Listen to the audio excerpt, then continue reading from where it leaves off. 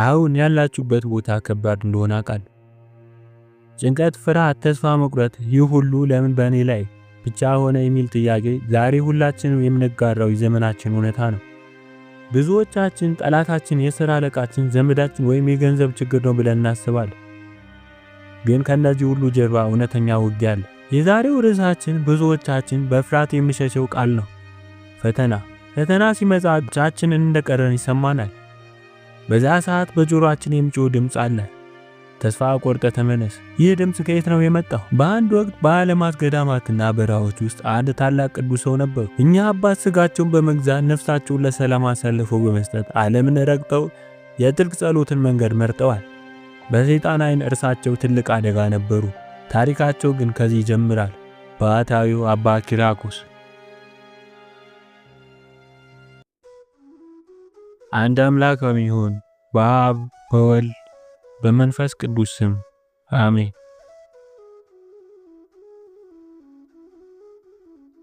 በፓትርያርክ አባ ብንያም ዘእስክንድርያ ዘመን የንግሥት መንደር እየተባለ በሚጠራው ሰፈር የሚኖር አንድ ጻድቅ ነበር። በኋላ ላይ ቆይቶ የመንደር ስሙ ቲዳ ተብሎ የተቀየረ ሲሆን እጅግ ጣፋጭ በሆኑ የተፈጥሮ ውሃው ታዋቂ ነበር።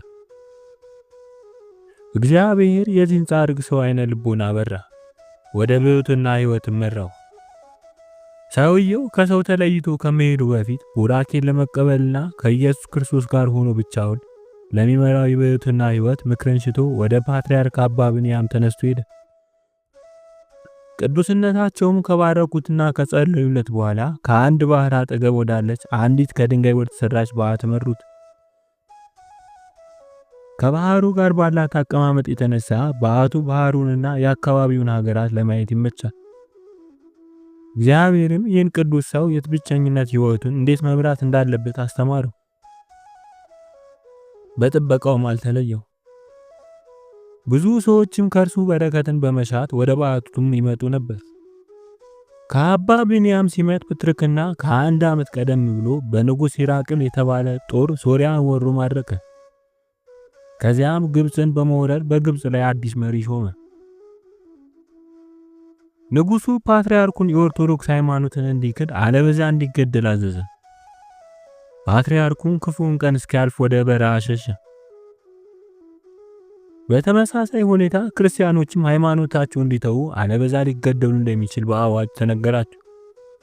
አንዳንዶች ከልባቸው ሳይሆን ከመፍራታቸው የተነሳ በአንደበታቸው የንጉሡን ትእዛዝ ተቀበሉ። በዚህ ጊዜ በክርስቲያኖች ላይ ታላቅ ሐዘንና ጭንቀት ጥላውን አጠላ። የዚያች ሀገር ገዥም በባህሩ አጠገብ ባለች በዓት ውስጥ አንድ ባህታዊ መኖሩን ስላወቀ ባህታዊውን አስረው እንዲያመጡለት ወታደሮችን አዘዘ። ቅዱሱ ከነበረው ፍቅርና በጌታችን ኢየሱስ ክርስቶስ ላይ ከነበረው ፍጹም እምነት የተነሳ አስቀድሞ በዛች ሀገር ምን ይሆን እንደነበር በመንፈስ አውቆ ነበር። ወታደሮች ካገኙት በኋላ ንጉሥ ማርኮባን በጉባኤ ክልቅዶን በተናገረው የክህደት ትምህርት እንዲያምን አዘዙት። ቅዱስም ከሄደ ከሃዲያን እንዲጠብቀውና ከዚህ መዓት ይወጣ ዘንድ እንዲረዳው ወደ እግዚአብሔር ጸለየ። እግዚአብሔርም ጸሎቱን ሰማ። እነዛ ደምን የተጠሙ ወታደሮች በቀባል እንቅልፍ ውስጥ እንዲወድቁና ልክ እንደሰከሩ እንዲሆኑ አደረጋቸው። ያ ቅዱስ ሰውም ከዓይናቸው ተሰወረ።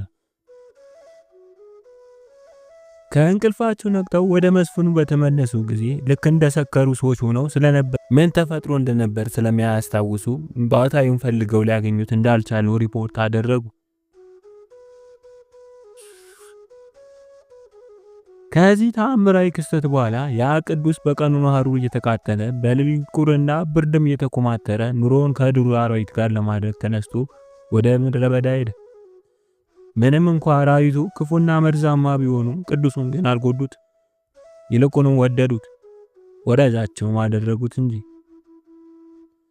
ለብዙ ቀናት ምግብ ስላልበላ ለጸሎት መቆም እስኪሳነው ድረስ ሰውነቱ እጅግ ደከመ።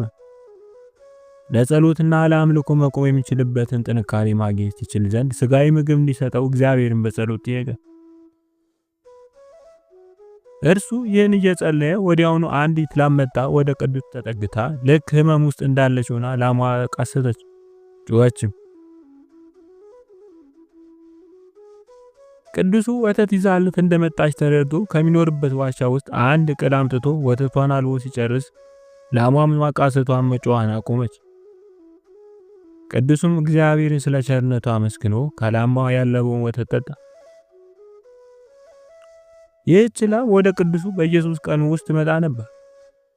እርሱም የሚበላም ሆነ የሚጠጣ ሌላ ተጨማሪ ምግብ ሳያስፈልገው ለ10 ዓመታት ያህል ከዚህች ላም ወተት ብቻ በመጠጣት በዚያ በረሃ ኖረ። ሰይጣን ግን የቅዱስ እንዴት በፈሪሃ እግዚአብሔርና በጸጋ መንፈስ ቅዱስ እያደገ መሆኑን ሲያይ በቅናት ተነሳሳ። በዚህም ምክንያት ራሱ ዲያብሎስ ጸሎቱን ለማቋረጥ በአስፈሪ አውሬ ተመስሎ መጣበት። ቅዱሱ ግን በመስቀል ምልክት ሲያማትብና የእግዚአብሔርን ስም በጠራ ጊዜ ወዲያውኑ እንደ ጢስ በኖ እንደ ጉም ተኖ ጠፋ። እንደገና አሁንም ዲያብሎስ በተናካሽ አውሬ ተመስሎ መጣ። ለወዳጆቹ በጠላቶቻቸው ላይ ኃይልን የሚያላብስ እግዚአብሔር ግን ቅዱሱ ባህታዊ በመስቀል ኃይል ዲያብሎስን ድል ይነሳው ዘንድ አስቻለው። እነዚህ የዲያብሎስ ውጊያዎች ለረጅም ጊዜ እየተደጋገሙ ስላስቸገሩት ቅዱስ እንዲህ ብሎ አሰበ። በዚህ ቦታ በእግዚአብሔር ፊት በደል ፈጽሜ መሆን አለበት። በኃጢአቴ ምክንያት ከዚህ ዋሻ ወጥቼ ወደ ሌላ ቦታ እንድሄድ እግዚአብሔር ፈልጎ መሆን አለበት። ስለሆነም እኔ የእርሱ አገልጋይ የእርሱን ፍቃድ መፈጸም አለብኝ። ከዛም ተነስቶ በዚያው አካባቢ ወደምትገኝ ሌላ ዋሻ ሄደ። ሆኖም ግን አሁንም እንደገና ሰይጣን በዋሻው ውስጥ በሚኖር ባህታዊ አምሳል ሆኖ ለቅዱሱ ተገለጠ። ቅዱሱ በዛ ዋሻ ውስጥ ያን አረጋዊ ባህታዊ ሳየው ደስ አለው። ሆኖም ግን አረጋዊ ባህታዊ አላናገረው ስላለና ሊጠጋውም ስላልቻለ ተገረመ። በዋሻ ውስጥ ያገኘው አረጋዊ ባህታዊ በብዙትና ለብዙ ዓመታት ከመኖር የተነሳ ፍጹም ቅዱስና መንፈሳዊ እንደሆነ ስላሰበ ከእርሱ ጋር በመነጋገር ሰላሙን ሊያውቀው አልፈለገም።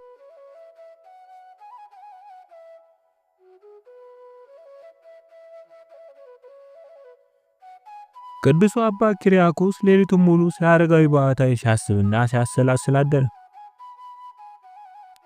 እንቅልፍ ትንሽ ሸለብ እንዳደረገው አንድ ሰው መጥቶ እንዲህ ያለ ስለ አረጋዊ ባህታዊ ሲያስጠነቅቀው ራእይ አየ። እርሱ አንተን ከእግዚአብሔር መለየት የሚፈልግ ዲያብሎስ ነው። ስጋን ለማሰቃየት ስልጣን ይኖረው ይሆናል፣ በነፍስ ላይ ግን ምንም ስልጣን የለውም። ከዚያም በራእይን የነገረውን ሰው ድንገት ከእርሱ ሲሰወር ቅዱስም ወዲያውኑ ከእንቅልፉ ተነሳ፣ ፍርሃትም አደረበት። በሌሊቱ ጨለማ ውስጥ አረጋዊን ባህታዊ ፈለገው፣ ግን ሊያገኘው አልቻለም። ከዛም ያ በአረጋዊ ባህታዊ አምሳል ያየው ጠላት እንደነበርና እርሱም መዋጋቱን እንደሚቀጥል እርግጠኛ ስለሆነ ቅዱሱ ከዲያብሎስ ጋር ለሚያደርገው ውጊያ ራሱን አዘጋጅቶ ከዛ ዋሻ በፍጹም አልወጣም አለ። ምን ተፈጥሮ እንደነበር በማሰብ ላይ ያለ ከሚኖርበት ዋሻ በር መግቢያ አካባቢ የፈረሶችን ኮቴ ምን እንደሚሉ በውል ሊረዳው ያልቻለ የብዙ ሰዎችን ድምጽ ሰማ።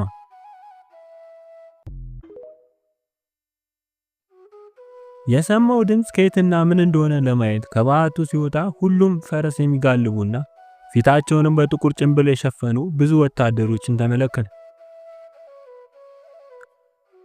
ወደ እርሱ እየተጓዙ ስላልነበር ያለምንም ጥርጥር ጠላታቸውን የሚፈልጉ መንገድ የጠፋባቸው ወታደሮች መስለውት ነበር።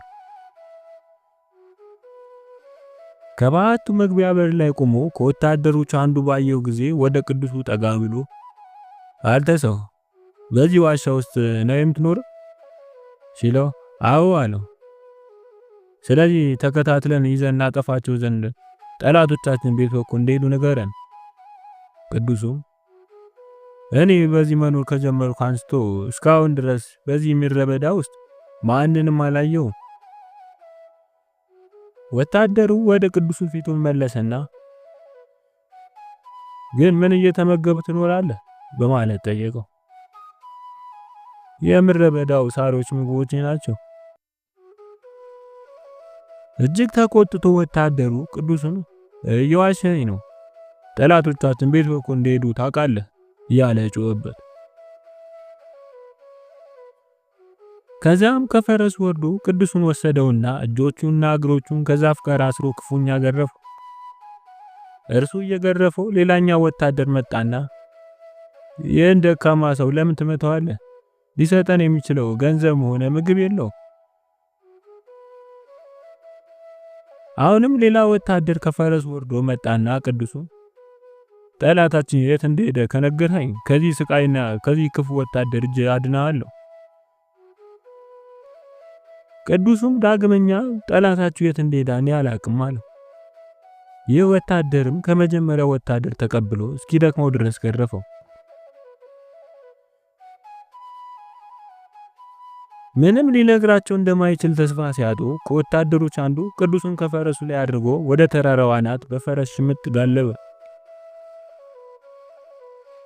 ከዚያም ከዚህ ከተራራው አናት ላይ እንወረውርሃለን፣ አሟሟትህም የከፋ ይሆናል፣ ሰውነትህም ተሰባብሮ የዱር አራዊት ቀለብ ሆነ ትቀራለህ። ቅዱሱ ምንም እንደማይመልስላቸው ሲረዱ መሬት ላይ ወረወሩትና ጥለውት ሄዱ። ቅዱሱም ከስቃዩ ብዛት የተነሳ ራሱን ስቶ ስለነበር ወደ ራሱ ሲመለስ ወደ ባቱ ሊመለስ ቢፈልግም መንገዱ ግን ጠፋበት። ከዚያም ወታደሮቹ ሰዎችን የሚዋጉና ወደ ፈተና የሚያስገቡ አጋንንት መሆናቸውን ተገነዘበ። በመስቀል ምልክት ፊቱን አማቱ ወደ እግዚአብሔር ሲጸልይ ከተራራው ራስ ወደ ባቱ የሚወስደው መንገድ በድንገት በፊቱ ወለል ብሎ ታየው። ከባቱ ግርጌ እንደደረሰ ዲያብሎስ ጥቁር ልብስ ለብሶና በቀይ ፈረስ ላይ ሆኖ ወደ እርሱ መጣ። ቅዱሱም ወደ ሩቅ አገር የሚሄድ የንጉስ መልእክተኛ ስለመሰለው ከዚህ ወታደር ሊሸሸግ ፈለገ። ክፉ መንፈስ ግን ወደ እርሱ እየተጠጋ ለምንድነው ከኔ ለመሸሽ የምትሞክር? ከንጉሱ ደብዳቤ ይዤ ወደ ሞሮኮ የሚሄድ የንጉስ መልእክተኛ ነኝ። ወደ ሞሮኮ የሚወስደውን አጭር መንገድ እንድታሳየኝ እለምንሃለሁ። ቅዱሱም እንዲህ አለው፣ በምድረ በዳ ለብዙ ዓመታት ከመኖር የተነሳ ደግሞ እስከ ኃጢአቴ እንዳልሞት በንስሐ ውስጥ ኖር ዘንድ የብሕትና ሕይወትን ለመምራት እጅግ አድርጌ ከመሻቴ የተነሳ ወዴትም የሚወስድ መንገድ አላውቅም። ዲያብሎስም ገመድ አመጣና እጅና እግሩን አስሮ ገረፈው። ቅዱሱም ጠየቀኝ፣ እኔ ስለጠየቀኝ ጉዳይ እንደማላቅ ነገርኩ። ከዚያም ዲያብሎስ ቅዱሱን ከሚኖርበት ዋሻ አውጥቶ ወደ ዓለም ለመውሰድ በማሰብ ፈረሱ ላይ ወረወረውና ከፈረሱ ጀርባ ላይ አሰረው። እንዲህም አለ፣ ይህን ሰው በፍጹም ሊደረግ የማይገባውን ንስሐ ሲፈልግና እጅግ ውድ የሆነ የከበረ ማዕድን ክርስቶስን ሲፈልግ በምድረ በዳ አገኘሁት። የዲያብሎስ ሐሳቡ ቅዱሱን ከምድረ በዳ አስወጥቶ ስለ ንስሐ እንዳያስብ ማድረግ ነበር። ነገር ግን ወታደሩ ከዛ ምድረ በዳ በፈረሱ ይዞት ሊሄድ መንገድ ሲጀምር እግዚአብሔር የቅዱሱን ዓይን ከፈተና እንደ ወታደር ሆኖ የሚያሰቃዩ ቅዱሳን ሲፈትን የሚኖር ዲያብሎስ መሆኑን ገለጠለት። ቅዱሱም ወዲያውኑ በመስቀል ምልክት አማተበ። ዲያብሎስንም ከፈረሱ ጋር ምድር አፏን ከፍታ ዋጠችው። ቅዱሱ ሙሉ ሌሊቱን ሲጸልይ ካደረ በኋላ እንቅልፍ ሰለብ አደረገው። ዲያብሎስ ግን አሁንም ሊተወው አልቻለም። ቅዱሱ ከተኛበት ባት ላይ ሊደረመስ በሚችል አይነት ታላቅ ግድግዳ አምሳል ሆኖ መጣበት። ቅዱሱ በአንድ አፍታ ከእንቅልፉ ብንን ብሎ ተነሳ። ፍርሃትም አደረበት። ግን ድቅድቅ ጨለማ ስለነበር ምንም ሊያገኝ አልቻለም ነበር። ከተኛበት ተነስቶ የተኛበት መሬትና የባቱን ግድግዳ መዳሰስ ጀመረ። በዚህ ጊዜ ሰይጣን የቀኝ ጉልበቱን ይዞ መሬት ላይ ጎተተው፣ ከነበረበት ዋሻ ላይ ወረወረው። ያደረሰበት ጉዳት ከፍተኛ ስለነበር ቅዱሱ ጮኸ። ድምፁን ከፍ አድርጎ ተጣራ፣ ግን ማንም አልመለሰለት። ከዚህ ክፉ መንፈስ ጋር ታላቅ ውጊያን ከተዋጋ በኋላ ቅዱሱ በመስቀል ምልክት አማተበ። ሰይጣንም በቅጽበት ከዛ ቦታ ጠፋ።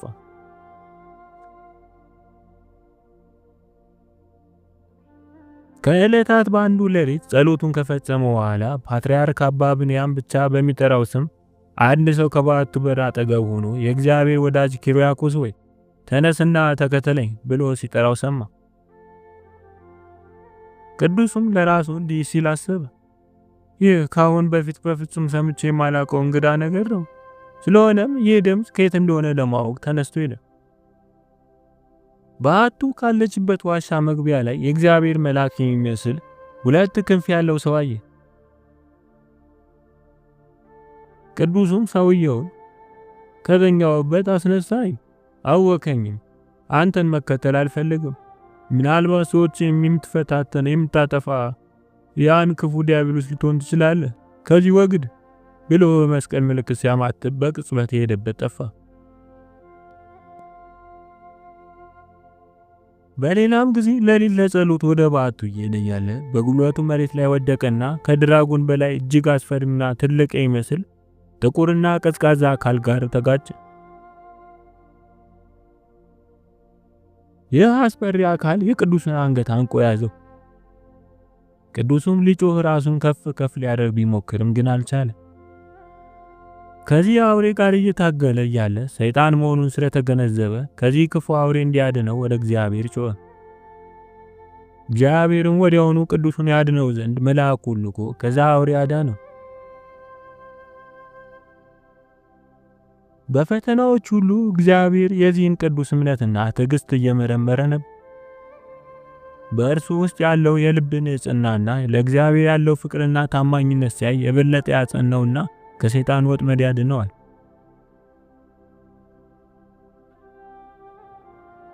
ወዳጆቹ ይህ ቅዱስ ምን ያህል በሰይጣን ፈተና እንደተሰቃየ ተመልከቱ። ጠላቱን ለማሸነፍ በጌታችን ኢየሱስ ክርስቶስ ላይ የነበረውን ትዕግስት፣ እምነትና ፍቅር ተመልከቱ። ቅዱስ አባታችን ፓትርያርክ አባ ቢንያም በአንድ ወቅት እንዲህ አለ። ብዙ ጊዜ ስለዚያ መናኝ ሰው አስብ ነበር። እግዚአብሔር ምን አድርጎለት እንደሆነ ማወቅ ጓጓ ነበር።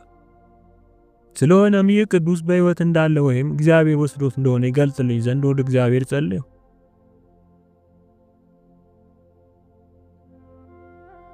ከትንሣኤ ቀጥሎ በነበረው እሁድ እኔ ፓትርያርክ ቢንያም በእስክንድርያ ቅዱስ ማርቆስ ካቴድራል ውስጥ በጸሎት ላይ ያለቁ ልብሶችን የለበሰ አንድ መነኩሴ ወደ ቤተክርስቲያኑ ሲገባና ከቤተክርስቲያኑ አምዶች አንዱን ተጠግቶ ሲቆም አየሁ። ወዲያውኑ ከደቀ መዛሙርቶቼ አንዱን ፈጥነህ ሂድና ከዛ አረጋዊ ሰው አጠገብ ቁም አልኩትኝ። ሌላ ደቀ መዝሙርም ጠራውና ያን በፊት ከመነኩሴው ጋር እንዲቆም ያዘዝኩትን ደቀ መዝሙር እንዲከተለው አዘዝኩና ዓይናችሁን ለቅጽበት እንኳን ከሰውየው ላይ እንዳታነሱ፣ አለበዛ ሊሰወራችሁ ይችላል ብዬ አስጠንቅቄ ላኩት። ፓትርያርኩ ቅዳሴውን እንደጨረሰ መነኩሴውን ወደ በዓቱ እንዲያመጡለት 2ቱን ደቀ መዛሙርቱን ነገራቸው። መነኩሴው ከፓትርያርኩ በዓት ሲደርስ ቡራኬ ተቀብሎ ሰላምታ ተለዋወጡ። ግን መነኩሴውን ሊያውቀው አልቻለም። ምግብ ሲመጣ መነኩሴው የሚበላ አስመስሎ ተቀበለ፣ ግን አልበላም። ፓትርያርኩም መነኩሴው ምግቡን አለመብላቱን አስተውሎ ስለነበረ ሁሉም ወጣው ብቻቸውን ሲቀሩ ቅዱስ አባት ሆይ ከየት ነው የመጣኸው? ወዴት እየሄድክ ነው? አለው መነኩሴው። ቅዱሱ ከፓትርያርኩ ምንም ነገር ለመሰወር ልቡ አላስችል ስላለው እንዲህ በማለት መለሰለት። እኔ በቲዳና በኢፍራጎን ውስጥ በምትገኝ በዓት ውስጥ እኖር የነበርኩ ልጅ ነኝ። በዚያን ጊዜም አንተ ስለኔ ሁሉም ነገር ታውቅ ነበር። ከዛች በዓት ከወጣ በኋላ እስካሁኗ ሰዓት ድረስ በምድረ በዳ እኖራለሁ። ፓትርያርኩም ራሱ ወደ ምድር አቀርቅሮ እያለቀሰ አባት ኪራኮስ ወይ ባርከኝ፣ አንተን ዳግመኛ አይ ዘንድ የፈቀደልኝን እግዚአብሔር ከፍ ከፍ አደርገዋለሁ። ጸሎቴን የሰማ ፊቴንም ከኔ ያላዞረ እግዚአብሔር የተመሰገነ ይሁን። እባክህ ባርከኝ። እኔ ፓትርያርክ ቢንያም ታሪኩን እንዲነግረኝ ቅዱሱን ጠየቅኩት። እርሱም ምንም ሳያስቀር ነገረኝ። ጸሐፊውን አሲዞሮስን ጠርቼ የዚህን ቅዱስ ገድል እንዲጽፍ አዘዝኩ። አባ ኪራኮስ ወደሚኖርበት ምድረ በዳ ከመመለሱ በፊት ከእኔ ጋር ለ3 ቀናት ያህል ቆየ። ከ4 ወራት በኋላ በበዓቱ ውስጥ እንደሚሞት እግዚአብሔር እንደገለጠለት ነገረኝ። እኔም ወደ ገነት የሚሄድበትን ቀን ከቅዱስ ፍላጎ ከዚህ ዓለም በሞት የሚሄድበትን ቀን ከመድረሱ ቀደም ብሎ የራሽዱን ሊቀ ጳጳስ አባ ስምዖንን፣ የአትሪቡን ሊቀ ጳጳስ አባ ቲዳርን፣ የድሚያቱን ሊቀ ጳጳስ አባ ካህንን ምልክት ሰጥቼ ቅዱሱ ወደሚኖርበት ምድረ በዳ ላኳቸው። መንገድ የሚመራቸውን ሰው መድቤ የሚበሉትን ምግብና የሚጠጡትን ውሃ ሰጥቼና ለመጓጓዣ የሆናቸው ዘንድ ፈረሶችን ሰጥቼ ቅዱሱ ወደሚኖርበት ምድረ በዳ ላኳቸው። በቅዱሱ ዕረፍት ዕለት የሚሆነውን እንዲዘግብና ቅዱሱ ሥጋውን እንዲቀብር ዲያቆኑንና ጸሐፊውን አሲዞርስን አብሮ እንዲሄድ አደረግኩ። መንገድ ላይ ዲያብሎስ በክፉ መርዛማና ተናካሽ አውሬ ተመስሎ ልክ ሊጎዳቸው እንደሚችል ሆኖ ከፊት ለፊታቸው እየተወረወረ መጣ። ከመፍራታቸው የተነሳ መንገዳቸውን ሳቱ። ቅዱሱ ግን ከሩቅ ሆኖ መፍራታቸውን መንገዱን መሳታቸውን በመንፈስ አውቆ ወደ እነርሱ መጥቶ አጽናናቸው። ቅዱሱ ወደ ዋሻው እየመራ ሲወስዳቸው በመንገድ ላይ ምን እንዳገኛቸው ነገሩት። ቅዱሱም የነገሩት አውሬ እርሱ ብዙ የተፈተነበት ዲያብሎስ መሆኑን ነገራቸው። ቅዱሱ እነዚህን አባቶች የእርሱን ሥጋ ከሞተ በኋላ ሊቀብሩ እንደተላኩ በመንፈስ አውቋል። ስለዚህም ከእርሱ ጋር ቅዱሱ በሚኖርበት ዋሻ ውስጥ ለ2 ቀናት ያህል አብረው ቆዩ። በሦስተኛው ቀን ይህ ንጹሕና ውብ ቅዱስ አባቶቹ ቅዱሳን በአካለ ነፍስ ወደሚኖርበት ገነት ሄደ። ብፁዓን ጳጳሳትም በፓትርያርኩ በተነገራቸው መሰረት ቅዱሱ ሥጋውን በታላቅ ክብር አክብረው ቀበሩት። የአባ ኪርያቆስን የሕይወት ገድል የጻፈው ጸሐፊው አሲዞርስን እኔ ፓትርያርክ ብንያም በነገሩት መሰረት ቅዱሱ በማያርፍበት ሰዓት ያየውንና ቅድስት ነፍሱን ከቅዱስ ሥጋው ስትለይ የተደረጉ ድንቅ ተአምራቶችን ጨምሮ ጻፈ። ለእግዚአብሔር ምስጋና ይሁን። እኛንም በዚህ ጸሎት አባት ይማረን።